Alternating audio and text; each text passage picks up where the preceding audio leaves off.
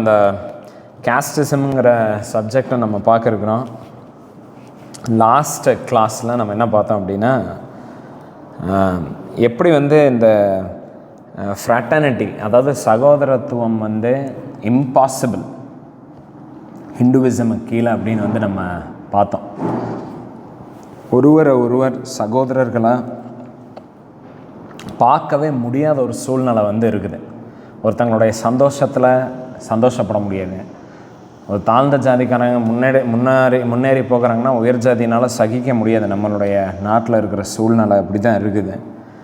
And அவங்களுடைய ஜாதிக்காரங்க தான் பெரிய பெரிய இடத்துல இருக்கணும், அவங்களுடைய ஜாதிக்காரங்களுக்கு தான் பொசிஷனு, போஸ்ட்டு, பவரு, அத்தாரிட்டி எல்லாம் கிடைக்கணும்னு நினைக்கிற அந்த மனப்பக்குவத்தை நம்ம லாஸ்ட்டு கிளாஸில் நம்ம பார்த்துருந்தோம். ஏன்னா அது எல்லாத்துக்கும் காரணமாக இருக்கிறது அடி வேரில், அது problem of the root cause of all the problem. அது என்ன அப்படின்னா ஹிந்துவிசம்னு நம்ம பார்த்தோம். ஹிந்துவிசமில் இருக்கிற அந்த அவங்க அதில் இருக்க டீச்சிங்ஸ் அண்ட் அது சபையை பாதிச்சிட்ருக்குது. நம்மளை ரொம்ப பாதிக்கிறது என்னென்னா, உலகத்தில் அதெல்லாம் இருக்குது, அதை நம்ம டினை பண்ணல. பட் பிரச்சனை என்ன, சர்ச்சுக்குள்ளேயும் இன்றைக்கி அதே தான் நடக்குது. சர்ச்சுக்குள்ளேயும் இன்றைக்கி அதுதான் இருக்குது. அண்ட் சர்ச்சுக்குள்ளே இயேசு கிறிஸ்து நம்மளை ஜாதி பார்க்குறதுக்காக நம்மளை அழைக்கலை. ஒருவர் நம்ம சகோதரர்களாக ஆண்டவர் நம்மளை அழைச்சிருக்கிறாரு, இணைச்சிருக்கிறார். ஸோ அதுதான் நம்ம லாஸ்ட்டு இதில் நம்ம பார்த்துருந்தோம். இன்றைக்கி இன்றைக்கி நம்ம பார்க்க இருக்கிறது என்ன அப்படின்னா, நம்ம இன்றைக்கி ஒரு பேரபிளை பார்க்குறோம், ஒரு ஊமையை நம்ம பார்க்குறோம். நம்ம எல்லாருமே அதை படிச்சிருப்போம், நமக்கு தெரியும். The parable of the good Samaritan, அதாவது நல்ல சமாரியனுடைய ஊமை, அதுதான் நம்ம இன்றைக்கி பார்க்குறோம். பாருங்கள், வேத வசனத்தில் மிகவும் வெறுக்கப்படுற, ஏளனமாக நினைக்கப்படுற, யூதர்களால் ரொம்ப ஒதுக்கப்படுற, அதாவது தீண்டத்தகாதவர்கள்னு பார்க்கப்பட்ட ஒரு குரூப் ஆஃப் பீப்புள் யார் அப்படின்னா சமாரிட்டன்ஸ்.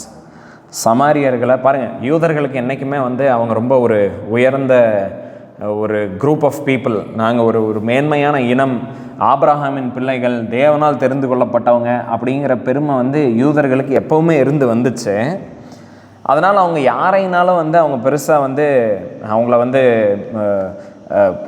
தீண்டத்தகாதவர்கள், இவங்க தீட்டு அப்படிங்கிற பார்க்குற மனப்பான்மை அவங்களுக்கு இருந்துச்சு. நம்ம இயேசு கிறிஸ்து சிலுவையில் அறைய போகிற அந்த சீனில் கூட நம்ம பார்க்குறோம். பிலாத்தோடைய அரண்மனைக்குள்ளே அவங்க போக மாட்டேங்கிறாங்க. ஏன்னா லைக் அது பஸ்கா பண்டிகையாக இருந்துச்சு, அவங்க தீட்டுப்பட்டுருன்னு சொல்லி அவங்க உள்ளே போகாமல் இருந்தாங்களாமா. ஸோ ரோமர்களையே யூதர்கள் அப்படி தான் பார்த்துட்டு இருந்தாங்க. ஸோ யூதர்களுக்கு யூஸ்வலாகவே அந்த மாதிரி ஒரு மைண்ட் செட் இருந்துச்சு. பட் முக்கியமாக ரொம்ப கேவலமாக அவங்க பார்த்தது யார் அப்படின்னா இந்த சமாரியர்களுங்கிற ஒரு குரூப்பை. ஓகே, ஸோ யூதர்கள் அவங்கள எப்போவுமே நம்ம புரிஞ்சுக்கிற விதத்தில் நம்ம சொன்னோன்னா, தங்களை ரொம்ப மேல் ஜாதி, உயர் ஜாதியாக எண்ணுகிற மனப்பக்குவம் அவங்களுக்கு இருந்துச்சு. அண்ட் சமாரியர்களை தலித்து மாதிரி அவங்க ட்ரீட் பண்ணிட்டு, நம்ம ஊரில் எப்படி தலித்துகளை நடத்துகிறாங்களோ அது மாதிரி பார்க்குற ஒரு மனப்பக்குவம் யூதர்களுக்கு இருந்துச்சு. அண்ட் அவங்களுக்கு கோவம் யாரையாவது திட்டணும்னா, ரொம்ப கேவலமான இருக்கிறதுலே ஒரு கெட்ட வார்த்தை சொல்லி திட்டணும்னா, எக்ஸ்ட்ரீம் வேர்டு அவங்க யூஸ் பண்ணுற வார்த்தை என்னென்னா, போடா சமாரியன் அப்படின்னு சொல்லி திட்டுவாங்க. அந்த அளவுக்கு யூதர்கள் சமாரியர்களை வெறுத்தாங்க. அதாவது ஒரு கேவலமான ஒரு ஜென்மம், ஒரு பிறவி அப்படிங்கிறத அவங்க சமாரியர்களை அவங்க அப்படித்தான் நினச்சாங்க. இன்ஃபேக்ட் இயேசு கிறிஸ்துவை அவங்க அப்போஸ் பண்ணிகிட்டு இருக்கிற காலத்தில் அவரை வெறுத்து அவரை சிலுவையில் அறையிறதுக்கு, இல்லை அவரை கொலை செய்ய வகை தேடிட்டு இருந்தப்போ, இயேசு கிறிஸ்துவோட ஓரலாக, அதாவது அவங்க அவரை திட்டணும்னு சொல்லி அவங்க அந்த கோபத்தில் திட்டுனது என்ன அப்படின்னா, யோவான் 8வது அதிகாரம் 48வது வசனத்தில் நம்ம வாசிக்கிறோம். இயேசு கிறிஸ்துவை பற்றி அவங்க என்ன சொல்கிறாங்க தெரியுங்களா? இவன் சமாரியன் அப்படிங்கிறாங்க, அவன் பிசாசு பிடிச்சவன். ஸோ பாருங்கள், சமாரியனுக்கு நிகரான ஒரு வார்த்தை அதுதான், அவன் பிசாசு பிடிச்சவன், அவன் like he is a demonic, ஒரு விபச்சாரி, வேசியினுடைய மகன். அதெல்லாம் சொல்லணும்னா இதை எல்லாத்தையும் தாண்டி ஸ்ட்ராங்கான வேர்டு சமாரியர்கள். ஸோ அப்படிப்பட்ட ஒரு வார்த்தை அது. அண்ட் யூதர்கள் சமாரியர்கள் அப்படிப்பட்ட ஒரு டிஸ்கஸ்டோட, அப்படி டிஸ்பைஸ் பண்ணினாங்க. அண்ட் ஏன் அப்படி ஒரு வெறுப்பு இந்த சமாரியர்கள் மேலே?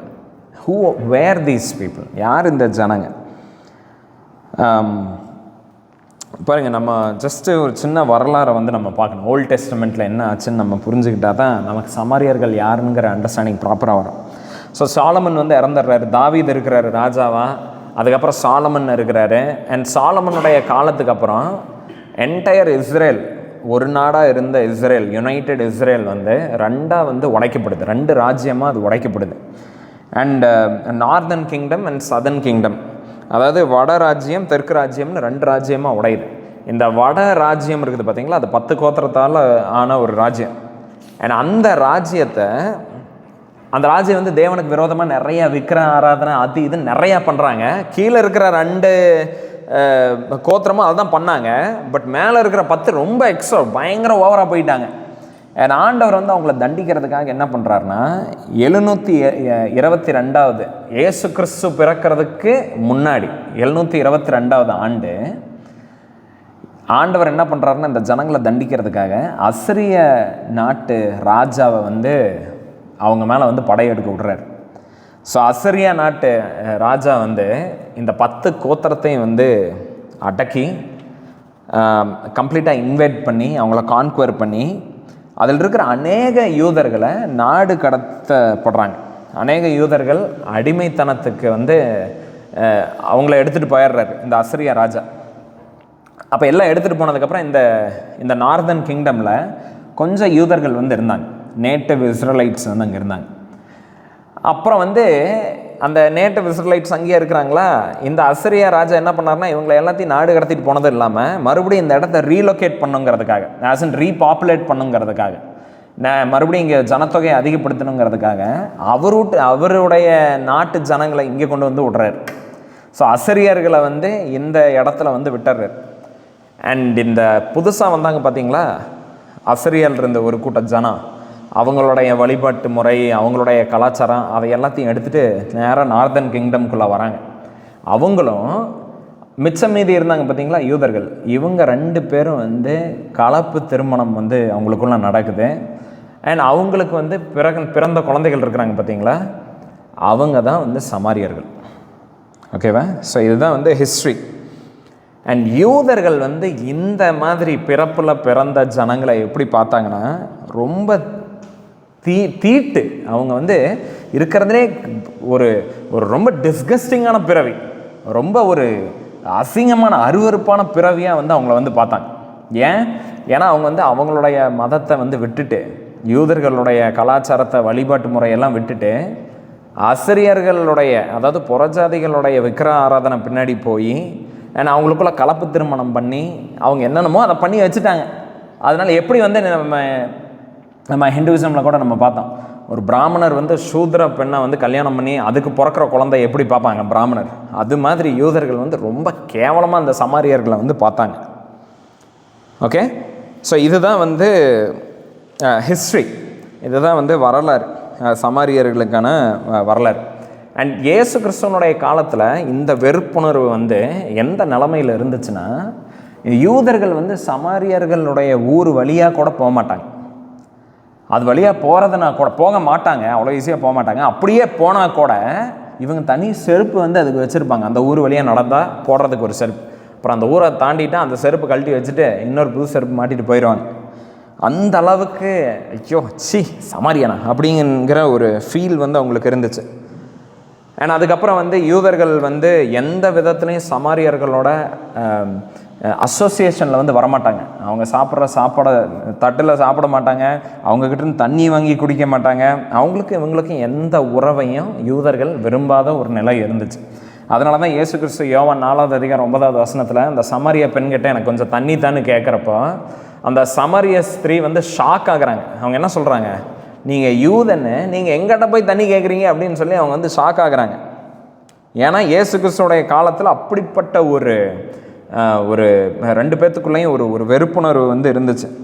பட் ரொம்ப இன்ட்ரெஸ்டிங்காக இயேசு கிறிஸ்து அவருடைய டீச்சிங்கில், அவருடைய போதனை டைமில் எல்லாம் இந்த சமாரியர்களை வந்து கொஞ்சம் அவருடைய கதையில், அவருடைய இல்லஸ்ட்ரேஷன்ஸ்லாம் சமாரியர்களில் வந்து ஒரு ஹீரோயிக்காக தான் அவர் வந்து காட்டுவார்.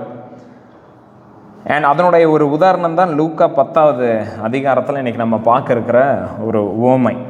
ஓகே, இந்த பேக்ரவுண்டை நம்ம வந்து ஜஸ்ட் ஞாபகத்தில் வச்சுக்கலாம். யூதர்களுக்கும் சமாரியர்களுக்கும் இருக்கிற அந்த வெறுப்புணர்வு, யூதர்கள் சமாரியர்களை பார்க்குற விதம், இது எல்லாத்தையும் நம்ம ஞாபகம் வச்சுக்கலாம். அண்ட் இந்த நினப்போட நம்ம இந்த லூக் 10வது அதிகாரத்தில் இருக்கிற இந்த ஊமையை நம்ம படிக்கலாம். 25வது வசனத்தை நான் படிக்கிறேன் பாருங்கள். ஸோ ஜீசஸ் ஒரு நாள் அவர் வழக்கம் போல் அவர் டீச் பண்ணிகிட்ருக்கிறாரு, போதிச்சுட்ருக்கிறாரு. மனம் திரும்புதலை பற்றி, தேவனுடைய ராஜ்யம் சமீபமாக இருக்கிறத பற்றி இதெல்லாம் அவர் போதிச்சுட்ருக்கிறாரு. ஏன்னா அந்த டைமில் என்ன ஆகுது அப்படின்னா, அங்கே இருந்த ஒரு நியாயசாஸ்திரி, ஓகே, ஒரு நியாயசாஸ்திரி அவன் என்ன பண்ணுறான்னு பாருங்கள். 25வது வசனம், நியாயசாஸ்திரி ஒருவன் எழுந்திருந்து அவரை சோதிக்கும்படி அவன் வந்து ஜீசஸை வந்து ட்ராப் பண்ண பார்க்குறான். ஏன்னா நியாயசாஸ்திரிங்கிறது யார்? தேர் எக்ஸ்பர்ட்ஸ் இன் லா. இங்கிலீஷில் வந்து லாயர்னு போட்டிருக்கு. அதாவது வேத வசனத்துலையெல்லாம் கை தெரிந்தவங்க, பயங்கரமான அதில் அறிவு, அதை படித்து அதை வந்து கரைச்சி குடிச்சிருக்கிறவங்க, அவங்க தான் வந்து வேத நியாயசாஸ்திரிகள். ஓகே, ஸோ ஜீசஸ் வந்து டீச் பண்ணிகிட்டு இருக்கிறாரு. அண்ட் ஜீசஸை வந்து இவங்களுக்கு வந்து பிடிக்காது. இயேசு கிறிஸ்து போதிக்கிறது எதையுமே இவங்களால ஏற்றுக்கொள்ள முடியல, இவங்களுக்கு பிடிக்காது. அவர் மேலே ஒரு வெறுப்பு இருந்துச்சு. அவரை எப்படியாவது வந்து கீழே தள்ளணும், அவர் பின்னாடி ஜனங்க போகக்கூடாதுன்னு இவங்களுக்கு வந்து ஒரு இது இருந்துச்சு. அதனால் எப்போயெல்லாம் வாய்ப்பு கிடைக்குமோ அப்போயெல்லாம் வந்து இந்த ஜீசஸை வந்து ட்ராப் பண்ணுறதுக்கு அவங்க வந்து பார்ப்பாங்க. நம்ம பைபிள் நிறைய இடத்துல பார்ப்போம். இயேசு கிறிஸ்து எப்படியாவது வந்து சிக்க வைக்கிறதுக்கு பப்ளிக்காக அவர் டீச் பண்ணிகிட்டு இருக்கிறப்ப ஏதாவது குண்டக்க கேள்வி கேட்பாங்க. ஸோ அது மாதிரி இந்த நியாயசாஸ்திரி வேத வசனத்தில் பயங்கர ஞானம் இருக்கிற ஒரு மனுஷன், தன்னை வந்து ரொம்ப மேல் ஜாதியாக நினைக்கிற ஒரு மனுஷன், யூதன் நான் அப்படிங்கிற ஒரு பெருமை இருக்கிற ஒரு மனுஷன், அவன் வந்து இப்போ என்ன பண்ணுறான்னா, இயேசு கிறிஸ்துவை சோதிக்கிறதுக்கு அவன் ஒரு கேள்வியை கேட்குறான். ஓகே, இப்போ வந்து ஒரு கேள்வியை கேட்குறான். அண்ட் என்ன கேள்வி கேட்குறான் பாருங்கள். அவன் எந்திரிச்சு நின்று he stands up and asks a question. ஏன்னா அவனோட இன்டென்ஷன் என்ன? ஜீசஸை எப்படியாவது ட்ராப் பண்ணும். அப்படின்னா எப்படி ஜீசஸை ட்ராப் பண்ணுறது? அதாவது வேத வசனத்தில் நியாயப்பிரமாணத்துக்கு புறம்பான காரியத்தை இவரை சொல்ல வைக்கிறது. ஸோ அதுதான் இவருடைய பிளான். நியாயப்பிரமாணத்துக்கு விரோதமாக இவர் பேசிட்டாரு அப்படின்னு சொல்லி கடைசியில் அவரை வந்து அவருடைய மினிஸ்ட்ரியை வந்து டிஸ்குவாலிஃபை பண்ணலாம், பார்த்தீங்களா? ஸோ அந்த இன்டென்ஷனில் he is asking a question, ஒரு கேள்வியை கேட்குறாரு. 25 பாருங்கள் என்ன கேள்வி கேட்குறாரு. போதகரே, நித்திய ஜீவனை சுதந்திரித்து கொள்ளும்படியாக நான் என்ன செய்ய வேண்டும் என்று கேட்டான். ஓகே, ஸோ ஒரு கொஸ்டின் கேட்குறாரு. என்ன கொஸ்டின்? ஆண்டவரே, பரலோகத்துக்கு போகணும், நான் ரட்சிக்கப்படணும், நான் என்ன செய்யறது அப்படின்னு கேட்குறாரு. இப்போ இந்த கேள்வியில் என்ன பிரச்சனை? இந்த கேள்வியே ஒரு ராங்கான கொஸ்டின். ஏன்னா இந்த நியாயசாஸ்திரி தன்னைய எந்த அளவுக்கு மேன்மையாக நினச்சிருக்கிறாருன்னா, பரலோகத்துக்கு தன்னுடைய முயற்சி கொண்டு போயிட முடியுங்கிற ஒரு நினப்பில் தான் இந்த கேள்வி கேட்குறாரு. ஏன்னா கொஸ்டின் அதுதானே நமக்கு இம்ப்ளை பண்ணுது. கொஸ்டினில் பாருங்கள், அவர் என்ன கேட்குறாருன்னு, நான் என்ன செய்ய வேணும், என்ன செய்ய முடியும் நம்ம பரலோகத்துக்கு போகிறதுக்கு? ஒன்றுமே செய்ய முடியாது. மார்க்கில் இயேசு கிறிஸ்து என்ன சொன்னார்னு பாருங்கள். 10வது அதிகாரம் 26, 27 வசனத்தில். 26ல் சீஷர்கள் வந்து ரொம்ப ஆச்சரியமாக கேட்குறாங்க. என்ன கேட்குறாங்க? யார் ரட்சிக்கப்படக்கூடும் ஆண்டவரே அப்படின்னு கேட்குறாங்க ஜீசஸ் கிட்ட. ஆண்டவரே, ஹூ கேன் பி சேவ்? எப்போ கேட்குறாங்க?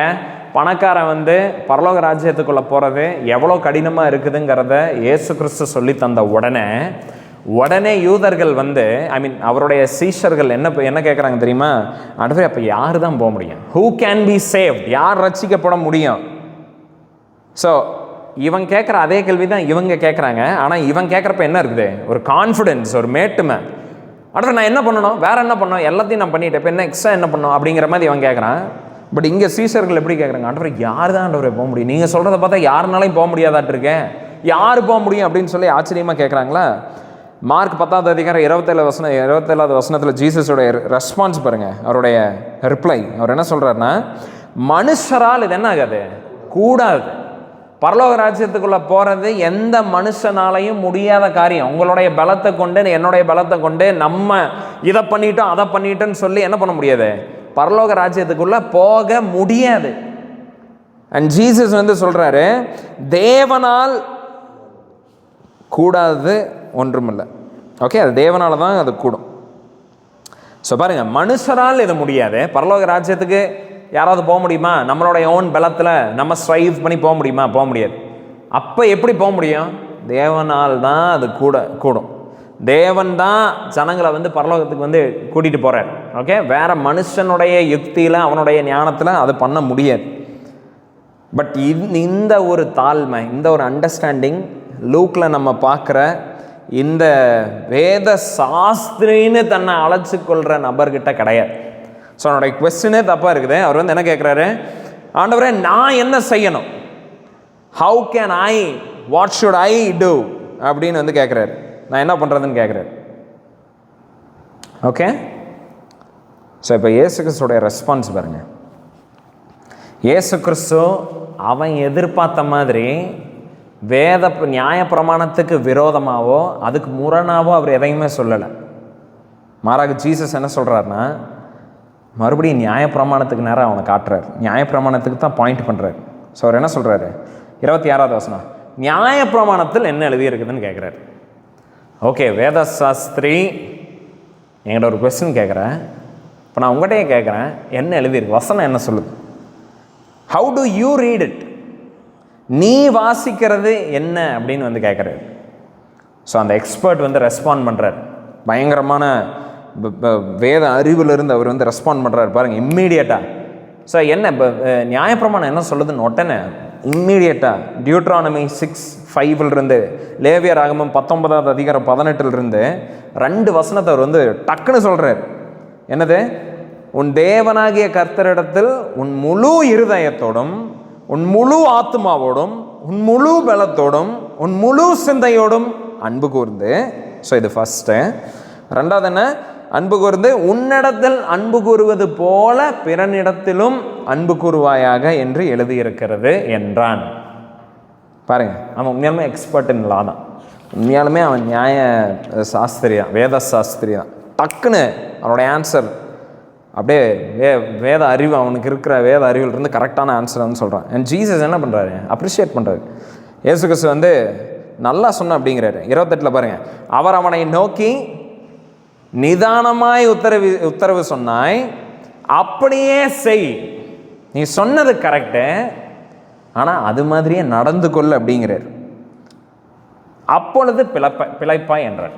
ஸோ என்னுடைய கொஸ்டின் என்ன, ஆண்டவரே பரலோக ராஜ்யத்தை சேர்றதுக்கு, நித்திய ஜீவனை பெற்றுக்கொள்றதுக்கு நான் என்ன பண்ணணும்னு கேட்டான்ல, ஜீசஸ் சொல்கிறாரு, தேவனாகிய கர்த்தரை முழு உள்ளத்தோட, முழு இதயத்தோட, முழு ஆத்மாவோட, முழு பலத்தோட, முழு சிந்தனையோட நீ நேசிக்கணும். அப்புறம் பிறனை உன்னை நேசிக்கிற மாதிரியே நீ நேசிக்கணும். ஓகேவா? இந்த குவெஸ்டனை வந்து ஐ மீன் இதுதான் அவர் வந்து ஆன்சர் பண்ணுறார். இதை நீ பண்ணினா நீ வாழுவ அப்படிங்கிறார், நீ பிழைப்பாய் அப்படிங்கிறார். அண்ட் இந்த ஆன்சர் வந்து ஆக்சுவலாக லாயர் என்ன பண்ணியிருந்துருக்கணும்னா, அந்த வேத சாஸ்திரி என்ன பண்ணியிருந்துருக்குன்னா, அவனை பயம்படுத்தி இருக்கணும். ஏன்னா இது யாருனாலையும் பண்ண முடியாது.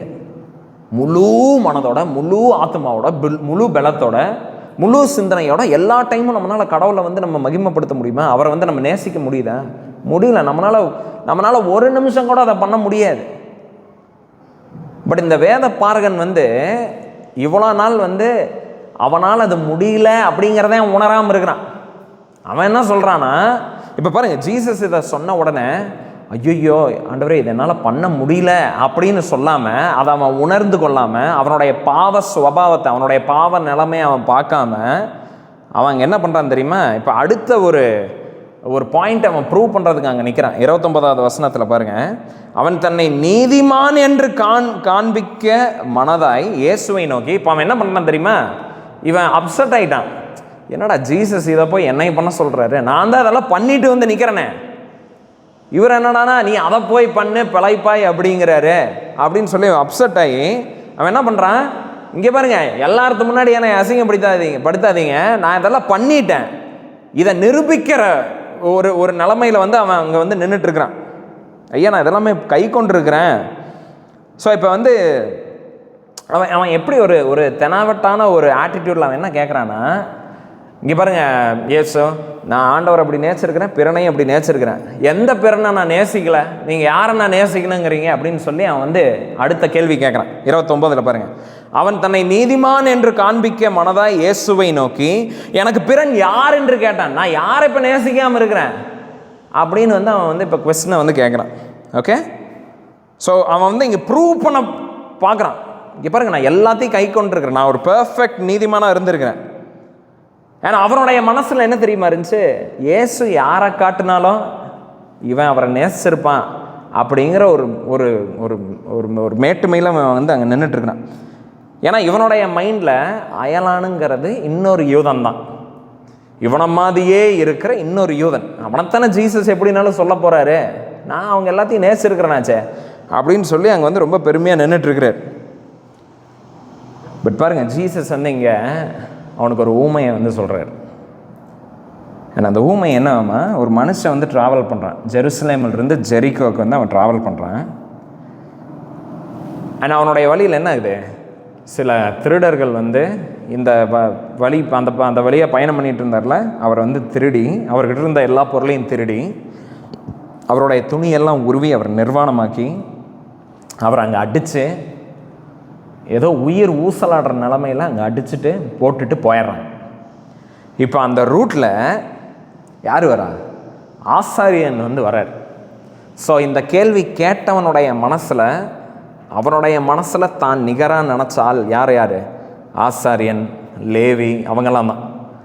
ஸோ இப்போ ஜீசஸோடைய கதையில் அவர் சொல்கிறாரு, ஸோ ஒருத்தன் விழுந்து கிடக்கிறான், நாங்கள் யார் வரா, முதல்ல ஆசாரியன் வரான். ஆசாரியனுங்கிறது வந்து யூதர்களால் மிகவும் மதிக்கப்படுற ஒரு ஒரு ஒரு ஒரு போஸ்ட், அது ஒரு நபர். ஆசாரியனுங்கிறவர் ரொம்ப மதிப்புக்கு உரிய ஒரு ஆள் அவர். ஸோ அவர் வரார். ஏன்னா அவர் என்ன பண்ணுறாராம்மா, கீழே கிடக்கிறவனை பார்க்காம கிடையாது, அண்ட் ஜீசஸ் ஸ்பெசிஃபிக்காக அங்கே சொல்கிறாரு, அவன் பார்த்துறான். ஸோ ஆசாரியன் வந்து அங்கே கீழே ஒருத்தன் அடிபட்டு கிடக்கிறத பார்க்குறாரு. பட் பார்த்தோன்னே என்ன பண்ணுறாரு, இன்னொரு வழியில் எஸ்கேப் ஆகி போயிடுறாரு. அடுத்தது யார் வரா, ஒரு லேவியனும் அங்கே வரான். லேவிங்கிறதும் ஒரு பயங்கர மதிப்புக்குரிய ஒரு குரூப் ஆஃப் பீப்புள் அவங்க. ஸோ அவனும் வரான். இவங்கெல்லாம் வந்து தேவனுடைய எப்பவும் அவருக்கு பலி செலுத்துறது, எப்பவும் தேவாலயங்களில் இருக்கிற ஜனங்க இவங்கெல்லாம், அதாவது தங்களை மிகவும் பரிசுத்தவான்களாக கருதி கொண்டிருக்கிற ஜனங்க. ஸோ அடுத்தது லேவியனும் வரான். அவனும் என்ன பண்ணுறான், அவனும் பார்த்துட்றான், பார்க்காம கிடையாது. ஜீசஸ் அதை மறுபடியும் அங்கே ஸ்பெசிஃபை பண்ணி சொல்கிறாரு, அவனும் அங்கே பார்த்துட்றான். பட் அவனும் என்ன பண்ணுறான், வேற ஒரு ரூட்டில் அவனும் போயிடுறான். அப்புறம் இந்த கேள்வி கேட்ட யூதனுடைய மனசில் இருக்கிறதுலையே கேவலமான ஒரு பிறவி யார், சமாரியன். அவன் எதிர்பார்க்கவே இல்லை ஜீசஸ் இவரை வந்து எழுப்பார்னு. இப்போ ஜீசஸ் அவருடைய கதையில் இன்ட்ரடியூஸ் பண்ணுற மூணாவது பாத்திரம் யார் தெரியுமா, கதாபாத்திரம். அவர் சொல்கிறாரு, தென் கேம் அ சமாரிட்டன். நீ ரொம்ப கேவலமாக நினைக்கிறீல்ல, உனக்கு ஈக்குவலாக அவனை மனுஷனாக கூட மதிக்காமல் இருக்கிறீல்ல, அவன் வரான். சமாரிட்டன் வரான். அவன் என்ன பண்ணுறான், ஸோ இவர் இந்த கதை கேட்க கேட்க இவன் மைண்டில் என்ன யோசிச்சுட்ருக்கேன், இவனும் போயிடுவான் அப்படிங்கிற மாதிரி தான் அவர் நினச்சிருப்பாரு. பட் ஜீசஸ் அங்கே தான் ஒரு ட்விஸ்ட்டை வந்து வைக்கிறாரு. பாருங்கள், என்ன ஒரு மாஸ்டர் ஸ்டோரி டெல்லர் ஜீசஸ். அவர் என்ன சொல்கிறாருன்னு பாருங்கள். இந்த சமாரியன் வந்து அந்த நபரை கிடக்கிறத பார்க்குறான். பார்த்தோன்னே என்ன பண்ணுறானாம்மா, மனதுருகி, ஹி ஹேஸ் கம்பேஷன். மனதுருகி அவன் கிட்ட போய், கீழே கிடக்கிறவன் கிட்ட போய், அவனுடைய காயங்களில் எண்ணெயும் திராட்சை ரசமும் வார்த்து காயங்களை கட்டி, ஓகே, அவனுடைய கழுதை மேலே இவரை போட்டு அவர் சத்திரத்துக்கு கூட்டிகிட்டு போகிறார். சத்திரத்துக்கு கூட்டிகிட்டு போய் அங்கே வந்து அந்த விடுதி காப்பாளர் இருப்பார் பார்த்தீங்களா, அது அந்த சத்திரத்தினுடைய அந்த அங்கே வேலை செய்கிறவர், அவர்கிட்ட இவர் தன்னுடைய காசை தந்து, ஒரு பெரிய தொகையை தர்றார். காசை தந்து, இவரை இன்னைக்கு நைட்டு நீ பார்த்துக்கோ, அவரை ட்ரீட் பண்ணு. அதுக்கப்புறம் என்ன சொல்கிறாரு, நான் போனதுக்கு அப்புறமும் நீ வந்து செலவு பண்ணுறதுக்கு காசை தந்து அவரை பார்த்துக்கோ. ஒருவேளை வந்து நான் வர்றதுக்குள்ளே அவர் போயிட்டாருன்னா குணமாயி, அந்த காசை மறுபடியும் நான் வந்து செலுத்துறேன்னு சொல்லிட்டு வந்து போயிடுறாரு. ஓகே. அண்ட் இந்த பேரபிளில் ஜீசஸ் வந்து சொன்னதுக்கப்புறம் அவர் இப்போ ஒரு கேள்வி கேட்குறாரு. இந்த பெருமையுள்ள நியாயசாஸ்திரியை பார்த்து என்ன கேட்குறாருன்னா, தம்பி, இந்த 3 பேர்த்தில் யார் அயலான் மாதிரி நடந்துக்கிட்டதுன்னு கேட்குறாரு. நியாயசாஸ்திரியோடைய மூஞ்சி இப்போ எப்படி இருக்குன்னு நீங்கள் நினச்சி பாருங்க. ஏன்னா அவன் எக்ஸ்பெக்டே பண்ணாத ஒரு ஆன்சர் வந்து இப்போ ஜீசஸ் சொல்கிறாரு. இவன் என்ன சொல்லியிருக்கணும், சமாரியன் தான் அப்படின்னு சொல்லியிருக்கணும். பட் இவனுக்கு அதை கூட சொல்கிறதுக்கு அவனுக்கு வாய் இல்லை. சமாரியர்களை ஏன்னா அவ்வளோ கேவலமாக பார்த்த ஒரு யூதன். ஓகே. அந்த வேதசாஸ்திரி வந்து ஜீசஸுடைய இந்த குவெஸ்டனுக்கு அவர் என்ன ரெஸ்பாண்ட் பண்ணுறாரு பாருங்க. 37, அவனுக்கு இரக்கம் செய்தவன் என்றான். சுற்றி வளைச்சு மேலாப்பில் ஒரு ஆன்சர் சொல்கிறார். யார் இரக்கம் பாராட்டினா அவன் தான் அயலான் மாதிரி நடந்துக்கிட்டான். ஏன் சமாரியன்னு சொல்லி முடிக்க வேண்டியதானே? அது சிம்பிள் டைரக்ட் ஆன்சர் அது. பட் சொல்லலை. ஜீசஸ் என்ன சொல்கிறாரு தெரியுமா? ஜீசஸ் சொல்கிறாரு, அவன் செஞ்சதைவே நீ செய்யுங்கிறார். இதுதான் இடியே அந்த யூதனுக்கு தன்னுடைய பெருமையெல்லாம் சுக்குநூறு ஆக்குனது அந்த ஸ்டேட்மெண்ட் தான். கோ டூ லைக் வைஸ். அண்ட் இந்த பேரபிள் சத்தியமாக அவனால் மறந்துருக்கவே முடியாது அதுக்கப்புறம்.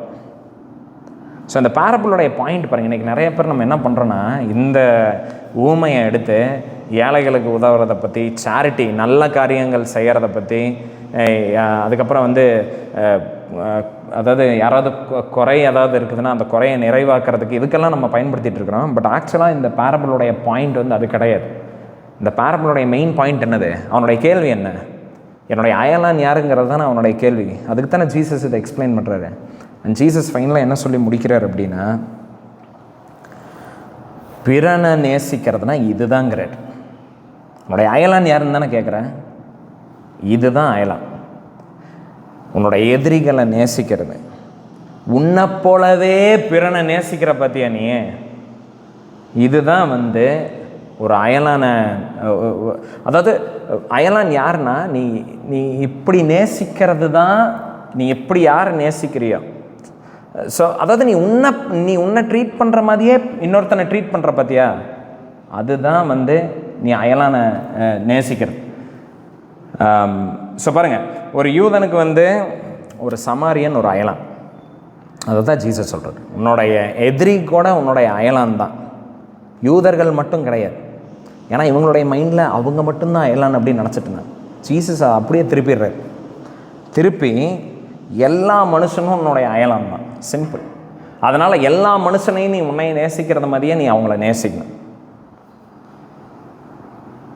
ஸோ இப்போ இதே ஊமையை நம்மளுடைய இந்தியன் கான்டெக்ட் நம்ம எடுத்துகிட்டு நம்ம படித்தோம்னா, இப்போ ஒரு பிராமண கிறிஸ்தவர் இல்லைன்னா தங்களை ரொம்ப உயர் ஜாதி மேல் ஜாதின்னு நினச்சிட்டு இருக்கிற ஒரு கிறிஸ்டியன், அந்த கிறிஸ்டியன் ஜீசஸ்கிட்ட போய் கேட்குறாருன்னு வைங்களேன், ஒரு பிராமன், ஆண்டவரே நான் என்ன பண்ணுனா பரலோக ராஜ்யம் போவேன் அப்படின்னு கேட்குறேன். ஜீசஸ் என்ன சொல்லியிருந்திருப்பார் அப்படின்னா, இதே கதையை சொல்லி, ஒருத்தன் ஜெருசலேமிலிருந்து ஜெரிக்கோவுக்கு போனாங்கிறத, ஒருத்தன் தஞ்சாவூர்லேருந்து சென்னை போனான். போகிறப்ப அடித்து கீழே போட்டாங்க. அப்போ ஒரு வைசியா வந்தான், அப்புறம் ஒரு சத்திரியன் வந்தான், அப்புறம் ஒரு சூத்ரா வந்தான். ஆனால் இந்த 2 பேர் அவனை கண்டுக்கல. மூணாவதாக லைக் சூத்ரா தலித்து, அவன் இவனை பார்த்துக்கிட்டான் இந்த மனுஷனை. அண்ட் அதெல்லாம் சொல்லிவிட்டு யார் அயலான் மாதிரி நடந்திருக்கிறா அப்படின்னு கேட்டிருப்பார். அண்ட் யார் அயலான் மாதிரி நடந்திருப்பா? ஒரு தலித்து சூத்ரா தான். ஓகே, ஸோ பாயிண்ட் என்னன்னா, மறுபடியும் பாருங்கள், கிறிஸ்தவர்களுக்குள்ள ஹேட்ரடுக்கு ரூமே கிடையாது. வெறுப்புக்கு இங்கே இடமே கிடையாது. யாரையுமே நம்ம வெறுக்கக்கூடாது. மத்தேயு 5வது அதிகாரம் 44, 45 ஜீசஸ் என்ன சொல்கிறாருன்னு பாருங்களேன்.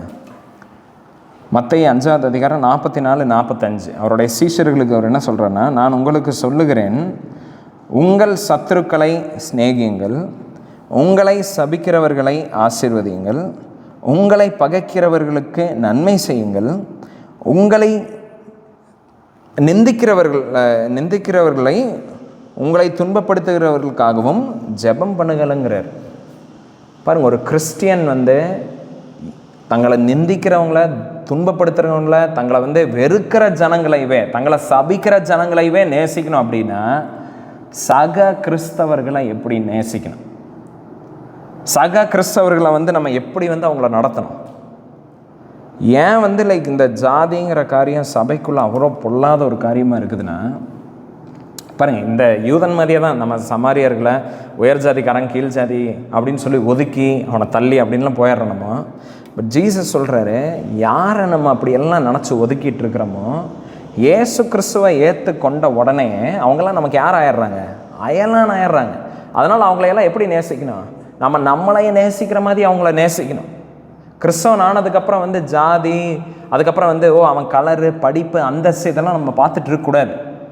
அண்ட் பைபிள் எனிமீஸைவே உங்களை துன்பப்படுத்துகிறவங்களையவே, உங்களுக்கு விரோதமாக எழும்பிட்டு இருக்கிற ஜனங்களையவே இப்படியெல்லாம் நேசிக்கணும், அவங்களுக்காக ஜெபிக்கணும், அவங்களை ஆசீர்வதிக்கணும்னு சொல்லுதுன்னா, இயேசு அதையெல்லாம் நம்மக்கிட்ட எதிர்பார்க்குறாருன்னா, சக கிறிஸ்தவனை நம்ம எப்படி நேசிக்கணும்? இப்போ சக கிறிஸ்தவனுக்கு விரோதமாக நம்ம ஏதாவது பேசலாமா?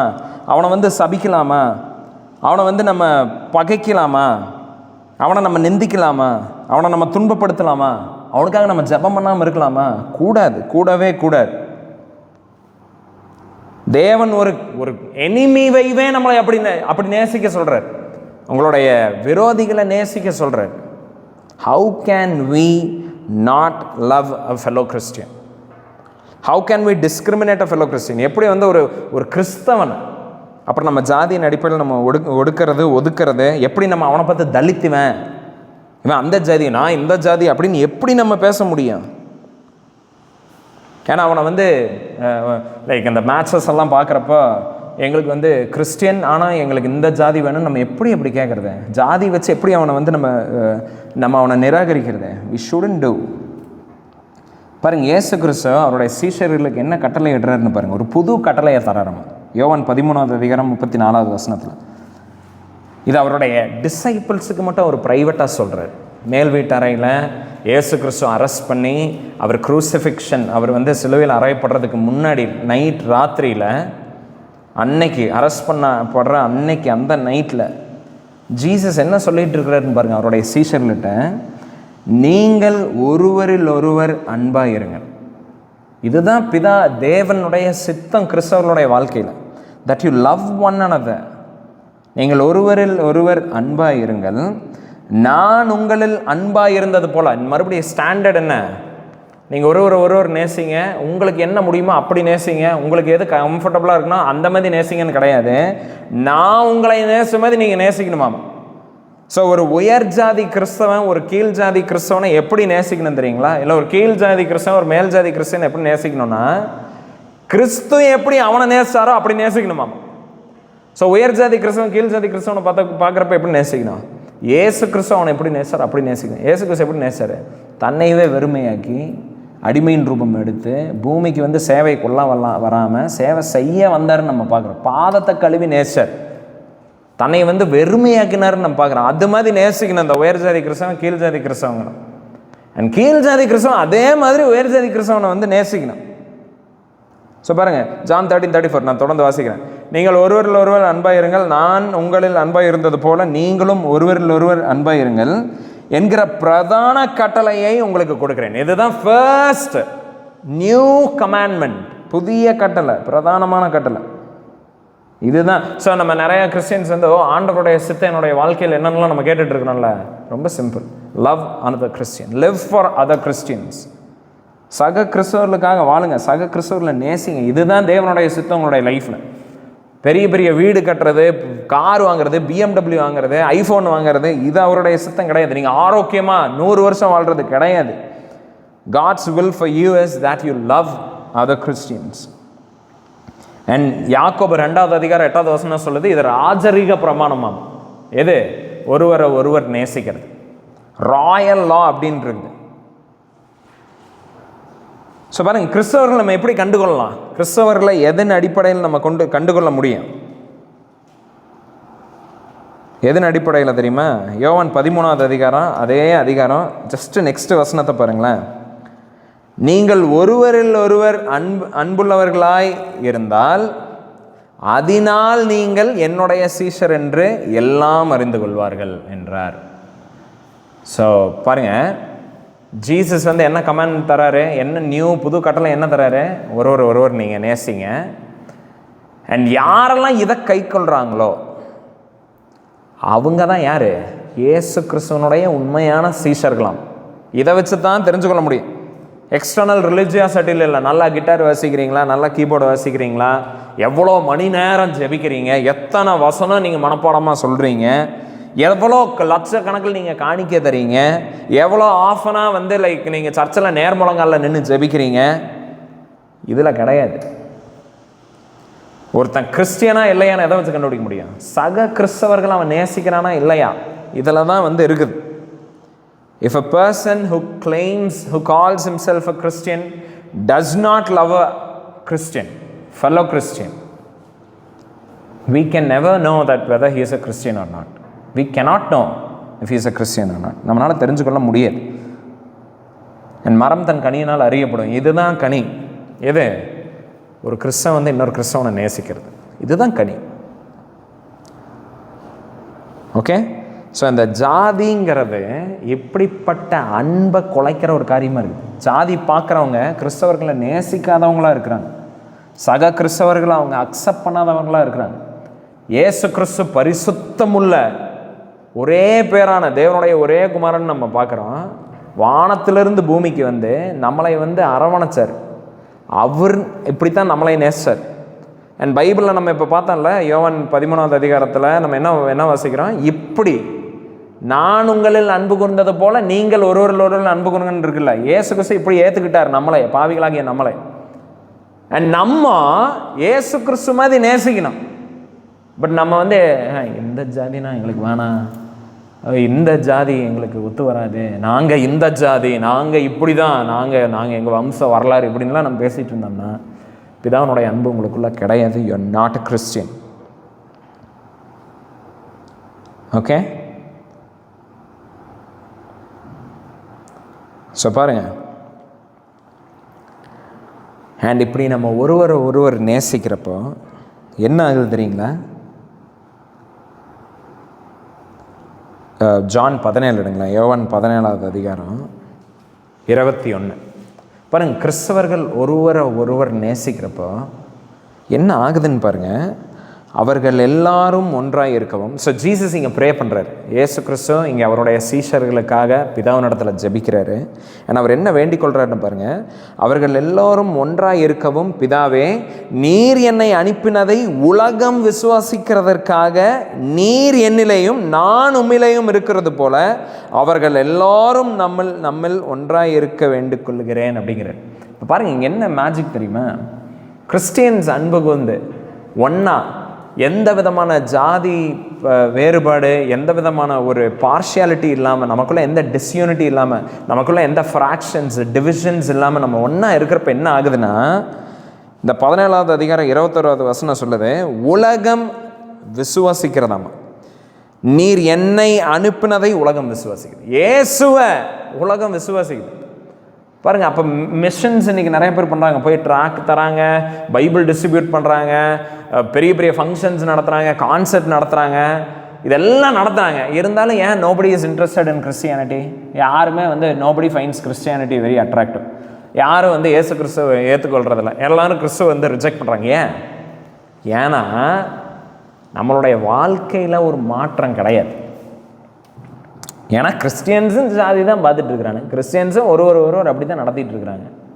அப்படி தான் இருக்குது.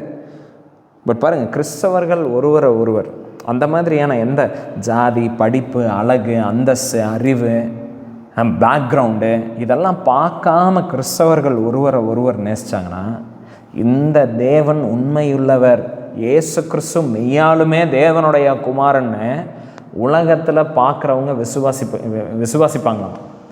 ஸோ இப்போ ஒரு கொஸ்டின் கேட்குறேன். ஏன் நிறைய பேர் கிறிஸ்துவ வந்து ஏற்றுக்கொள்ள? இத்தனை சபைகள் இருந்தோம், ஏன் வந்து ஜனங்க கிறிஸ்தவத்தை வந்து வெறுக்கிறாங்க? ஏன் கிறிஸ்தவத்தை ஏற்றுக்கொள்றதில்ல? One of the reason is because there is no unity. கிறிஸ்தவர்களுக்குள்ள சபைகளுக்குள்ளேனா நான் வந்து சபைகளோட அந்த மாதிரி சொல்ல, ஒரு சர்ச்சுக்குள்ளேயே பலவிதமான வேறுபாடு, வெறுப்பு, டிசென்ஷன் வந்து இருக்குது. ஓகே. நிறைய பேர் இந்த வசனத்தை எடுத்துகிட்டு சிஎஸ்ஐ சர்ச் ஆஃப் சவுத் இந்தியாவுடைய அதனுடைய அந்த லோகோ, அதனுடைய டேக்லைனாக என்னென்னா, இந்த வசனத்தை எடுத்துகிட்டு அவங்க என்ன சொல்கிறாங்கன்னா, நம்ம எல்லோரும் நீங்கள் ஒன்றாக இருக்கிறது போல் அது என்னது, நான் உண்மையிலேயும் இருக்கிறது போல் அவர்கள் எல்லோரும் நம்மள் ஒன்றாக இருக்கும். இதுதான் அவங்களுடைய டேக்லைன்.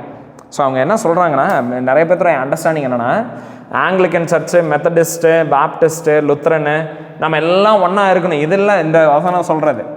அந்த மாதிரி யூனிட்டி கிடையாது. டினாமினேஷனே இல்லாத ஒரு கிறிஸ்டியானிட்டி. இந்த எக்யூமெனிக்கல் கவுன்சில் நல்லா சொல்லுவாங்க.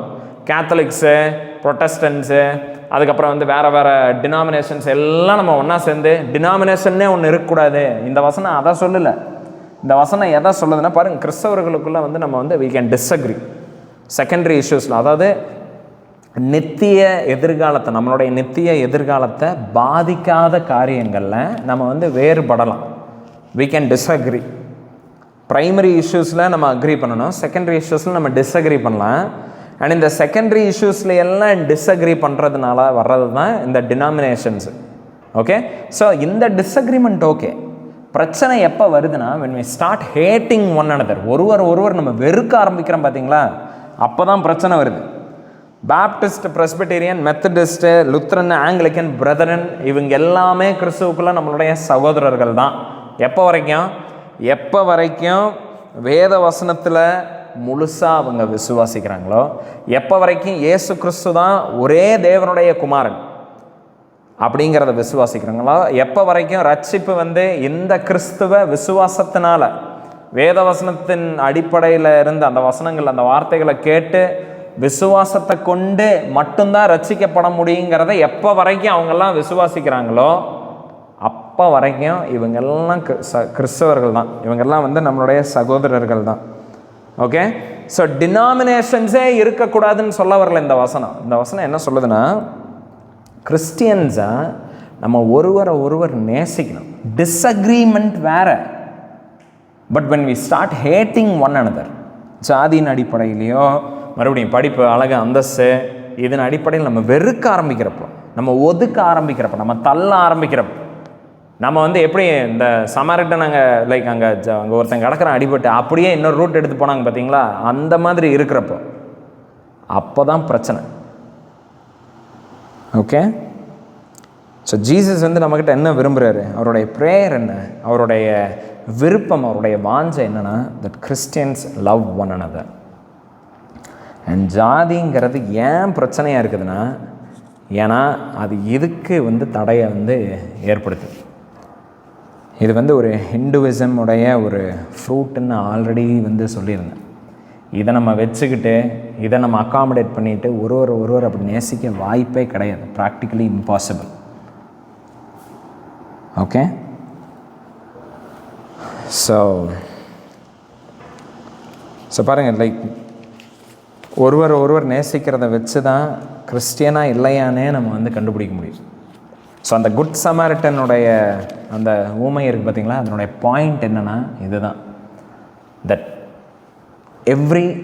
எவ்ரிபடி நம்ம எல்லாரையும் நம்ம நேசிக்கணும், ஈவன் ஒரு எனிமீஸை நேசிக்கணும். பட் முக்கியமாக கிறிஸ்துவுக்குள்ளே ஒருத்தங்க இருக்கிறாங்கன்னா we must love them, we must accept them. Okay, அதில் வந்து எந்த ஒரு இதுவுமே கிடையாது. ஸோ குட் சமாரிட்டனுடைய ஊமை வந்து ஏழைகளுக்கு உதவணும், கிஃப்ட்டு தரணும், ட்ரீட்மெண்ட்டு தரணும், ஹாஸ்பிட்டல் கட்டணும், இது கிடையாது. அதனுடைய பாயிண்ட் என்னென்னா, சக கிறிஸ்தவர்களை எல்லாத்தையும் நம்ம நேசிக்கணும், யாரையும் வெறுக்கக்கூடாது, யாரையும் சபிக்கக்கூடாது, யாருக்கு விரோதமாக பகையை நம்ம வச்சிருக்கக்கூடாது. முக்கியமாக கிறிஸ்தவர்கள், அவங்கள வந்து நம்ம அதிகமாக நேசிக்கணும், அவங்கள நம்ம அக்செப்ட் பண்ணணும். ஸோ அந்த ஜூ சமாரிட்டன் அப்படின்ட்டு இருந்த அதை வந்து இயேசு கிறிஸ்துவனுடைய ரத்தம், அவருடைய பலி இதை வந்து ஒன்றுமில்லாமல் பண்ணிருச்சு. ஓகே, ஸோ நீங்கள் பிராமணாக இருக்கலாம், தலித்தாக இருக்கலாம், பட் கிறிஸ்துவுக்குள்ளே யாராக இருக்கிறீங்க, அயலானாக இருக்கிறீங்க. ஓகே, நீங்கள் ஒன்றா இருக்கிறீங்க, ஒரே சரீரமாக இருக்கிறீங்க. There is no difference. நம்ம ஜெபிக்கலாம். ஆண்டவரே, இந்த ஊமைக்காக நன்றி செலுத்தணும்ப்பா. நிறைய டைம் நாங்கள் இதை படிச்சிருக்கிறோம், but we have missed the point many times. But ஆண்டவரே, thank you for reminding us that it is about your love for your people, and it is about the love for a Christian that another Christian must have. அதனால் ராஜா, எங்களுக்குள்ளே அப்படிப்பட்ட ஒரு அன்பை நீங்கள் தாங்க. நாங்கள் யாரையும் வெறுக்க, சபிக்க, தூஷிக்காதபடி எங்களை காத்துக்கொள்ளுங்க. முக்கியமாக கிறிஸ்டியனுன்னு சொல்லி ஆண்டவரே இன்னொரு கிறிஸ்டியனை நாங்கள் அப்யூஸ், ஹராஸ், அவங்கள வந்து நாங்கள் ஆண்டவரே அவங்கள நாங்கள் ஒதுக்காதபடி நீங்கள் எங்களை காத்துக்கொள்ளுங்க ராஜா. ஆண்டவரே, பேசின காரியங்களில் ஆண்டவரே கிளாரிட்டியை தாங்க. பேசின காரியங்களில் ஆண்டவரே இதை கேட்குற ஜனங்களுக்கு ஒரு விடுதலையை தாங்க ராஜா. இயேசு நாமத்தில் கேட்டுக்கொள்கிறேன் நல்ல பிதாவே, ஆமென். அண்ட் ஸோ நான் வந்து பாருங்கள், இதையெல்லாம் நான் படித்து நான் ரிசர்ச் பண்ணி இதையெல்லாம் வந்து லைக் நான் பண்ணல. நானே வந்து இந்த புக்கை வந்து படித்து இதனுடைய பெனிஃபிஷரி நான். Christ caste and church. And brother Stephen David ஹைதராபாத்தில் ஒரு ஊழியங்கள் இருக்குது. எக்லீசியா எவாஞ்சலிக்கல் ஃபெலோஷிப்புங்கிற ஒரு சர்ச்சில் ஒரு பாஸ்டராக இருக்கிறாரு. அண்ட் ரொம்ப வருஷம் முன்னாடி இந்த புக்கை படித்து தான் நானே இந்த அடிமைத்தனத்திலிருந்து விடுபட்டேன், இந்த பாவத்திலிருந்து. அண்டு ஆண்டவர் அவர் ஆசீர்வதிக்கிட்டான். ஒரு வேளை ஹைதராபாத் நீங்கள் போகிறீங்கன்னா எக்லீசியா எவாஞ்சலிக்கல் ஃபெலோஷிப் அந்த சர்ச்சை நீங்கள் விசிட் பண்ணுங்கள். நீங்கள் அங்கே தான் இருக்கிறீங்க, ஒரு நல்ல சர்ச்சை தேடுறீங்கன்னா நீங்கள் அங்கே போகலாம். அண்ட் நான் உங்களை என்கரேஜ் பண்ணுவேன், இந்த புக்கை நீங்கள் படிங்க. யாருக்காவது கிஃப்டாக இந்த கிறிஸ்மஸ் சீசனில் நீங்கள் அவங்களுக்கு இந்த புக்கை கூட வாங்கி தரலாம். தேங்க்யூ.